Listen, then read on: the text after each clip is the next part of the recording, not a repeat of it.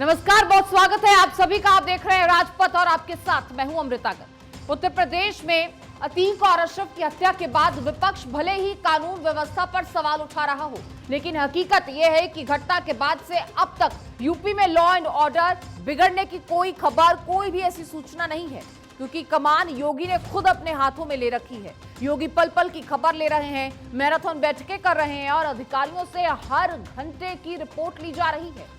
योगी 18-19 घंटे काम कर रहे हैं, मॉनिटरिंग कर रहे हैं। रिपोर्ट देखिए।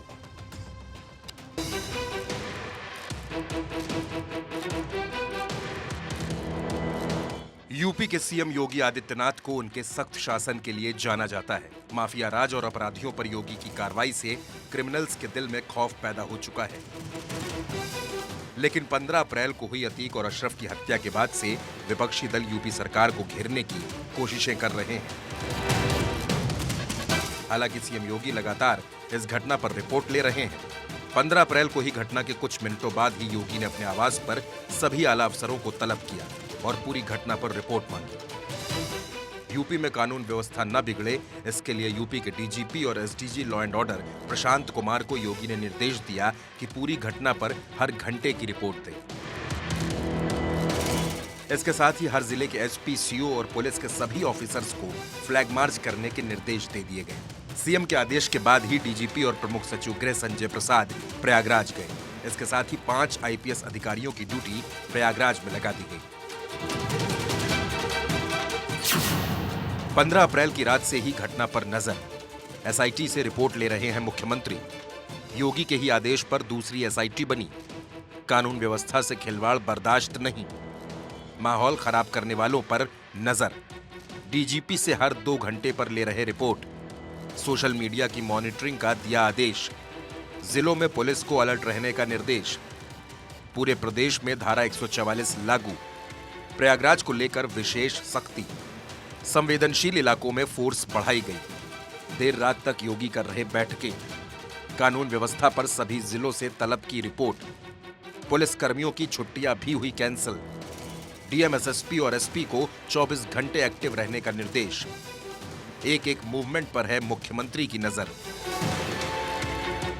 जानकारी के मुताबिक सीएम योगी खुद इस वक्त 18 से 19 घंटे काम कर रहे हैं। लखनऊ में सीएम आवास पर लंबी लंबी बैठकों का दौर चल रहा है। एसआईटी जांच कहां तक पहुंची, जिलों में कानून व्यवस्था की क्या स्थिति है, जुमे की नमाज और ईद को देखते हुए खास सिक्योरिटी प्लान क्या है, इस पर भी योगी की नजर है। इसके साथ ही पुलिस चेकिंग और सख्ती से आम जनता को परेशानी न हो, इसके लिए भी योगी ने निर्देश दिए हैं। योगी ने खास तौर पर कहा है कि पब्लिक को कोई भी दिक्कत न हो, इसका ख्याल रखा जाए। चेकिंग के नाम पर किसी को परेशान न किया जाए। योगी के एक्शन से सभी पुलिसकर्मी भी अलर्ट हैं। उत्तर प्रदेश में हर गतिविधि पर नजर रखी जा रही है, क्योंकि रिपोर्ट खुद मुख्यमंत्री ले रहे हैं। मुख्यमंत्री किसी भी डीएम, किसी भी एसपी को कभी भी फोन कर सकते हैं, इसलिए आलाधिकारी भी एक्शन में है। कानून व्यवस्था से खिलवाड़ को योगी बर्दाश्त नहीं करते, ये भी सभी को पता है, इसलिए लापरवाही की आशंका ना के बराबर है। Bureau report, Bharat 24। तो देखिए, अतीक और अशरफ की हत्या हुई, आरोपियों को गिरफ्तार किया गया, लेकिन विपक्ष बड़े सवाल खड़े कर रहा है। सिर्फ सवाल ही नहीं कर रहा, बल्कि अतीक को जी कहकर संबोधित भी कर रहा है। बिहार के डिप्टी सीएम तेजस्वी यादव ने अतीक अहमद जैसे अपराधी को जी कहकर पूरा सम्मान दिया। तो अतीक की हत्या पर अखिलेश के पेट में दर्द हो रहा है। ये रिपोर्ट देखिए। यूपी में जो हुआ, अगर आप देखें तो ये अतीक जी का जनाजा नहीं, बल्कि ये जनाजा जो था, कानून का जनाजा जो है वो निकला है। क्या सुना आपने? अतीक जी। तो ये अतीक जी, यही सुना ना? बिल्कुल, बिहार के डिप्टी सीएम तेजस्वी यादव ने यही कहा है। एक दुर्दांत माफिया के लिए तेजस्वी के दिल में उमड़ते इस सम्मान को देख रहे हैं आप। दरअसल ये सम्मान अतीक का नहीं, ये सम्मान तो है अपराध का, क्राइम जगत का, अपराधियों का। क्या तेजस्वी यादव अब अपराधियों के समर्थक बन गए हैं? इनकी बातों को फिर से सुन लीजिए जरा। यूपी में जो हुआ, अगर आप देखें तो ये अतीक जी का जनाजा नहीं, बल्कि ये जनाजा जो था कानून का जनाजा जो है वो निकला है। और हम आपको बता दें कि यूपी जो है कोर्ट में, यूपी जो है पुलिस कस्टडी में सबसे ज़्यादा अगर हत्या हुई है तो यूपी में हुआ है। पुलिस कस्टडी में अगर कोई हत्या हुई है तो यूपी में हुआ है। और ये सस्ती लोकप्रियता को देखते हुए ये काम किया गया है। तो सब लोग जान रहे हैं कि यूपी में किस प्रकार का शासन जो है वो चल रहा है। इनके शब्दों को तोड़ा या मरोड़ा नहीं गया है, बल्कि जो इन्होंने कहा है हम वही आपको सुना रहे हैं। तेजस्वी यादव अतीक के हिमायती बन गए हैं। अतीक और अशरफ की हत्या हुई है।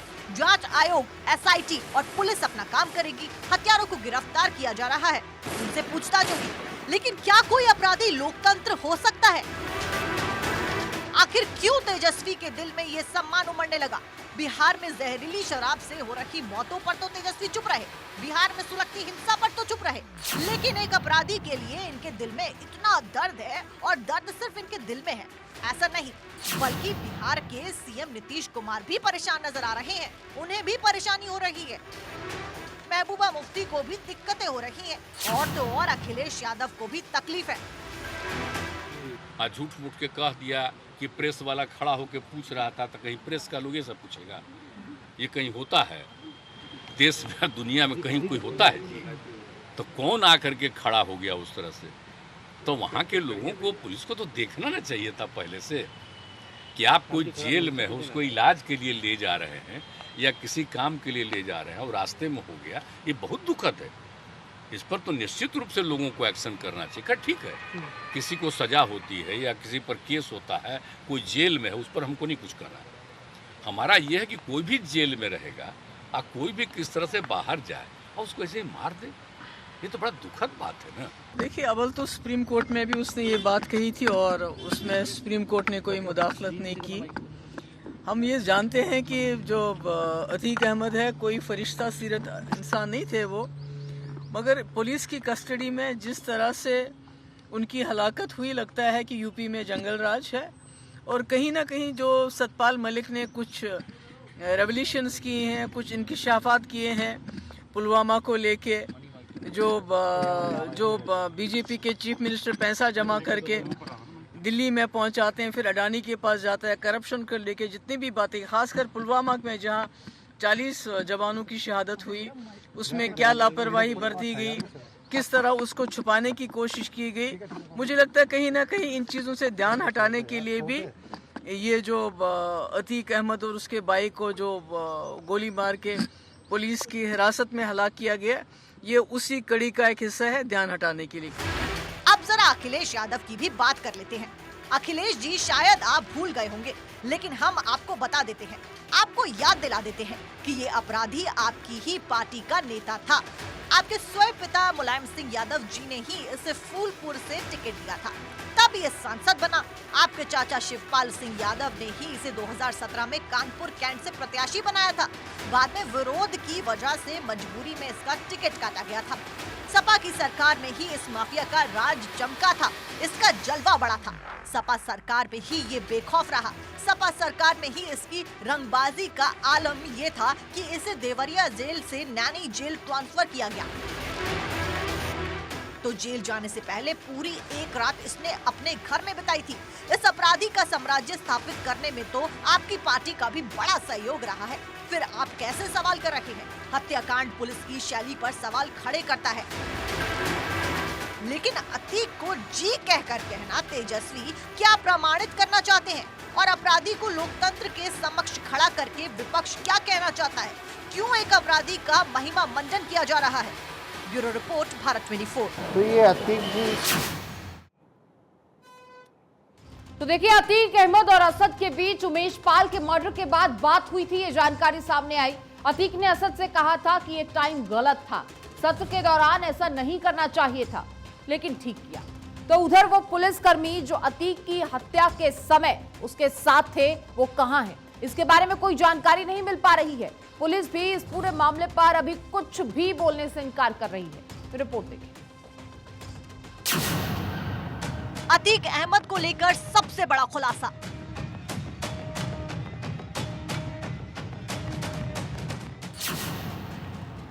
उमेश पाल मर्डर के बाद अतीक का पहला स्टेप।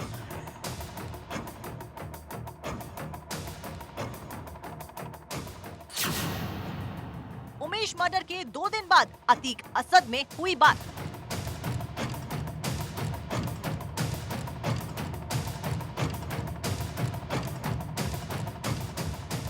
अतीक अहमद आज जिंदा नहीं है, लेकिन उमेश पाल के मर्डर के बाद अतीक ने असद को फोन करके डांटा था। अतीक ने असद से कहा था कि ये वक्त सही नहीं था, विधानसभा का सत्र चल रहा था, ये सही वक्त नहीं था। हालांकि बाद में अतीक नॉर्मल हुआ और उसने कहा कि जो किया सही किया। दरअसल उमेश पाल को मिटाने की प्लानिंग तो थी, लेकिन सही समय की तलाश थी। 3 बार पहले अतीक के लोग उमेश पाल की हत्या करने में नाकाम हो चुके थे। असद इससे झुंझुलाया हुआ था और इसी ताव में उसने उमेश पाल की हत्या कर दी और अब दोनों के बीच बातचीत का खुलासा हुआ। अतीक अशरफ प्रकरण में लगातार दर परत बातें खुल रही हैं और एक बड़ा खुलासा फिर से हुआ है। देखिए, दरअसल कॉल इंटरसेप्शन के दौरान ये बड़ा खुलासा हुआ है कि उमेश पाल हत्याकांड के 2-3 दिन बाद ही अतीक ने अपने बेटे असद को फोन कॉल किए थे और कहा था कि जो हुआ वह ठीक हुआ, लेकिन विधानसभा के दौरान ऐसी बातें नहीं करनी चाहिए थी। अतीक के तरफ से ये बातें कही गई थी और कॉल इंटरसेप्शन के जरिए ये खुलासे सामने आए हैं। अब से थोड़ी देर पहले ही एक बम भी फूटा, जिसमें लेटर बम में ये साफ तौर पे कहा गया कि जो 5 नाम दिए गए, जिसको लेकर के ये कहा जा रहा है कि अतीक को अपने हत्या का आशंका पहले से हो रहा था, इसलिए अतीक ने एक लेटर जो है वो सुप्रीम कोर्ट तक पहुंचाने की कोशिश की थी और उसमें 5 वो बड़े नाम थे जिस पे अतीक को शक था। लेकिन अब एक बार फिर से जो है फोन कॉल्स के जरिए, कॉल्स इंटरप्शंस के जरिए ये बड़ा खुलासा हुआ है कि अतीक ने असद को फोन कॉल किया था और साफ तौर पे ये कहा था कि विधानसभा के दौरान हत्याकांड को लेकर के कोई बातें नहीं होनी चाहिए थी, लेकिन जो हुआ वो ठीक ही हुआ। ये बातें अतीक ने अपने बेटे असद को कहा था। वहीं अतीक और अशरफ के हत्याकांड के बाद से वो पुलिसकर्मी कहां है जिनकी मौजूदगी में अतीक और अशरफ की हत्या हुई? इस पर बड़े सवाल हैं, क्योंकि उन पुलिसकर्मियों के बारे में कोई साफ जानकारी नहीं मिल पा रही है। साथ ही पुलिस भी इस मामले पर कुछ बोल नहीं रही है। अहमद और उसके भाई अशरफ की हत्या के बाद से जो 3 शूटर है उनको न्यायिक अपेक्षा में जरूर भेज दिया गया है, लेकिन वो पुलिस जो 17 पुलिसकर्मी जो अतीक अहमद को लेकर कैल्विन हॉस्पिटल पहुंचे थे वो अभी तक गायब है। उनके बारे में कोई भी जानकारी नहीं मिल रही है। मैं इसमें मौजूद हूँ धूमनगंज थाने के पास। वही पुलिसकर्मी जो 17 पुलिसकर्मी धूमनगंज थाने से अतीक अहमद और उसके जो भाई हैं अशरफ को लेकर वहाँ पहुँचे थे और उसका कैल्विन हॉस्पिटल में इलाज कराने के लिए वहाँ पहुँचे थे। तभी गेट पर उतरते ही शूटरों ने जमकर ताबड़तोड़ गोलियां चलाई और दोनों भाइयों को मौत के घाट उतार दिया। हमारे सामने आप देख सकते हैं कि ये धूमनगंज थाना है, पूरा इसको बैरिकेडिंग कर दी गई है। पुलिस जाने नहीं दे रही है, अंदर नहीं जाने दे रही है। अतीक और अशरफ की हत्या किसने की? हत्या करने के लिए क्या सुपारी दी गई? क्या अतीक के ही किसी दुश्मन ने उसकी हत्या करा दी? ये वो सवाल है जिनके जवाब हर कोई जानना चाहता है। फिलहाल हर किसी को SIT की पूरी रिपोर्ट का इंतजार करना होगा। तो उधर तलाश गुड्डू मुस्लिम की भी है। Bureau report, Bharat 24। तो देखिए, अतीक और अशरफ की हत्या हो चुकी है, असद का एनकाउंटर हो चुका है, लेकिन शाइस्ता कहां है? ये सवाल इस वक्त सबसे बड़ा सवाल है। 50,000 की इनामी शाइस्ता परवीन अब तक पुलिस की गिरफ्त से दूर है। ना ही उसकी गिरफ्तारी हो सकी है, ना ही उसने सरेंडर किया है। तो क्या अब अतीक की सल्तनत की नई सुल्ताना शाइस्ता ही होंगी? ये सवाल हर कोई पूछ रहा है। ये report.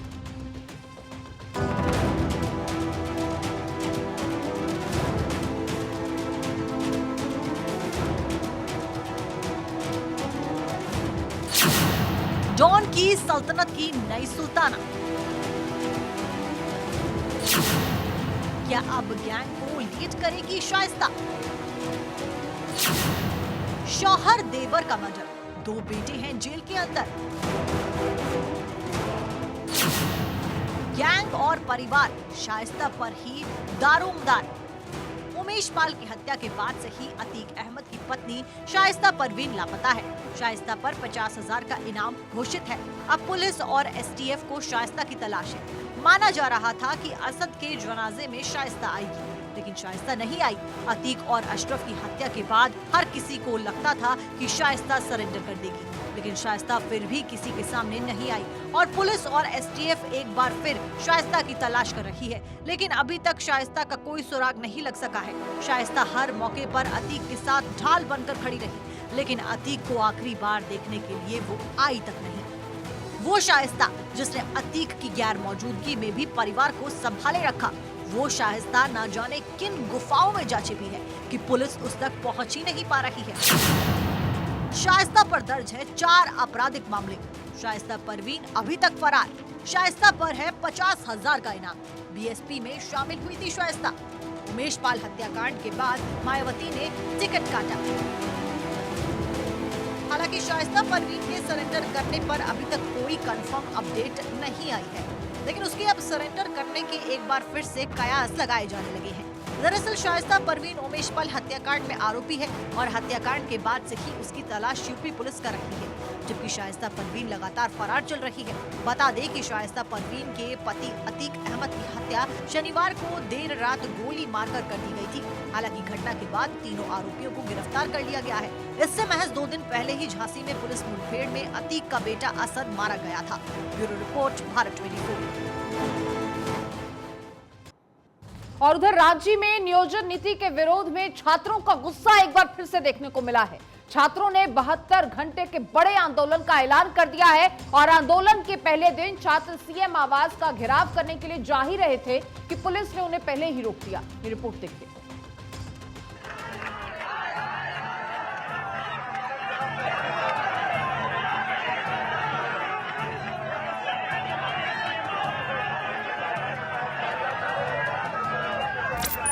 Jharkhand state student union ने आज 60-40 नियोजन नीति का विरोध और 1932 खतियान आधारित स्थानीय नीति को लेकर 72 घंटे के आंदोलन की शुरुआत की।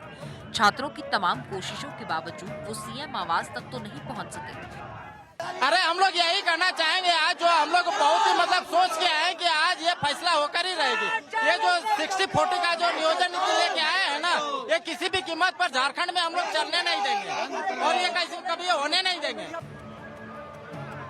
पुलिस ने छात्र नेता मनोज यादव सहित कई छात्रों को गिरफ्तार कर लिया है। मोरहाबादी से छात्रों का ये विरोध प्रदर्शन बापू वाटिका के पास ही रोक दिया गया। छात्र आगे बढ़ने के लिए ऑक्सीजन पार्क की तरफ बढ़ रहे थे, लेकिन उस तरफ भी प्रशासन ने बैरिकेडिंग कर दी।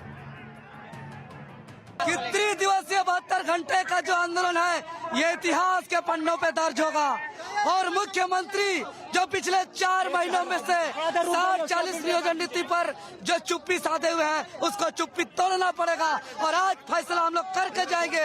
झारखंड में 60-40 जो है कि भारत का नागरिक विज्ञापन पे नहीं चलेगा। ये नियोजन नीति है जो पूरे भारतवर्ष को 3rd और 4th ग्रेड का नौकरी पे आमंत्रण करने का खुला सरकारी आमंत्रण पत्र है। यह आमंत्रण पत्र, जबकि संविधान का आर्टिकल 16 का 4 7वीं अनुसूची 19 का 6 के तहत प्रावधान है कि नौकरी हो या व्यापार हो, 3rd और 4th ग्रेड पे झारखंडियों का अधिकार है। छात्रों ने 4 रास्ते बदले, लेकिन उन्हें पहले ही रोक दिया गया। पूरे राज्य से करीब 50,000 छात्र रांची में जुटे हैं। इस दौरान खूब बवाल भी जारी है। सीएम हाउस घेराव को देखते हुए जिला प्रशासन ने सीएम हाउस के 200 मीटर दायरे में धारा 144 लगा दी। इसके अतिरिक्त 4 company Rapid Action Force, echo, SIRB, IRB, जैप 10 की महिला पुलिसकर्मी, लाठी पार्टी और होमगार्ड की तैनाती की गई है। तो वहीं राजधानी में तैनात 6 डीएसपी के अतिरिक्त जिले के अन्य डीएसपी, जिले के विभिन्न थाना प्रभारियों सहित कई इंस्पेक्टर और दरोगा की भी तैनाती की गई। Bureau report, Bharat 24।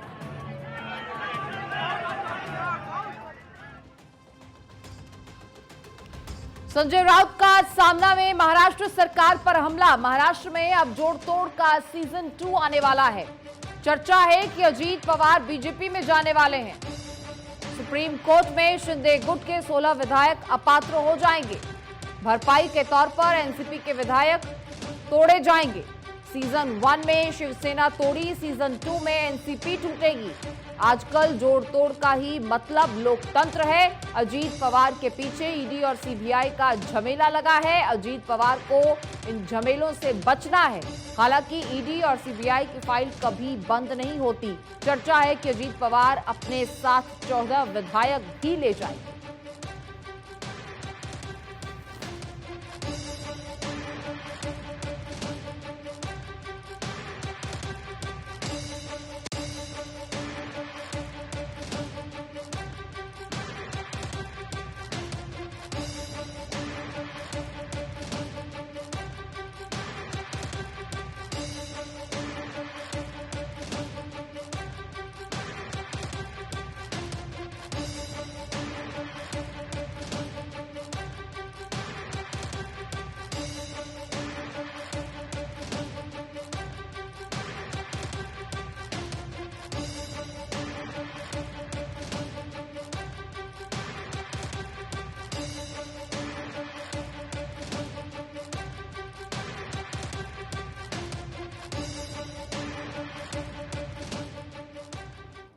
अप्पा साहब महाराष्ट्र भूषण पुरस्कार से सम्मानित। गृहमंत्री अमित शाह ने किया अप्पा साहब को सम्मानित। अप्पा साहब के सम्मान में लाखों लोग घंटों तक धूप में खड़े रहे। रायगढ़ के खारघर में 306 एकड़ के मैदान में था ये समारोह। 77 साल के अप्पा साहब धर्म अधिकारी समाज सेवक हैं। वृक्षारोपण, सफाई, रोजगार, रक्तदान, साक्षरता अभियान चलाते हैं। अप्पा साहब ने अपना जीवन निस्वार्थ दूसरों की सेवा में समर्पित किया है। विश्व का सबसे बड़ा मेडिकल कैंप लगाने का कीर्तिमान भी इन्हें हासिल है। यूरोपियन इंटरनेशनल इंस्टीट्यूट ने इन्हें लिविंग लेजेंड अवार्ड से नवाजा।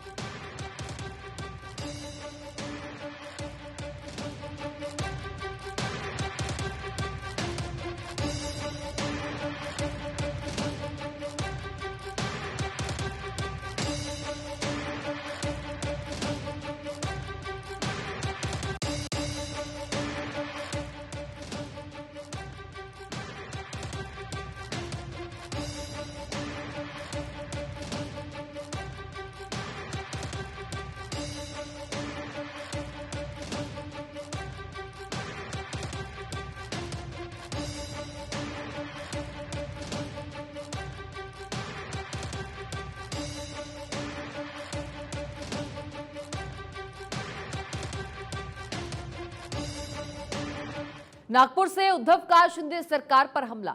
अब शकुनी है शिंदे, फडणवीस ने कहा। सरकार उद्धव बर्बादी की ओर जा रहा है महाराष्ट्र।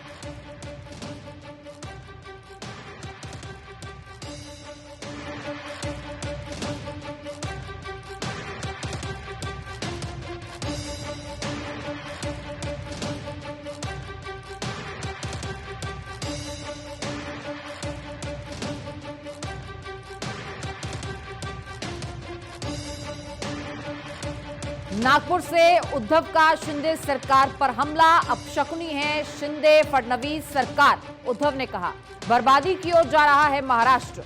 महाराष्ट्र में बेमौसमी बरसात और ओलावृष्टि हो रही है। मोदी सरकार को हटाकर देश को बचाना होगा।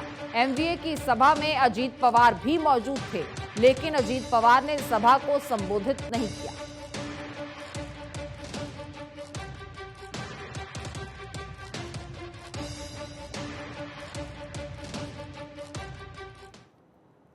सीएम बोम्मई के लिए साख बनी शिग्गांव सीट।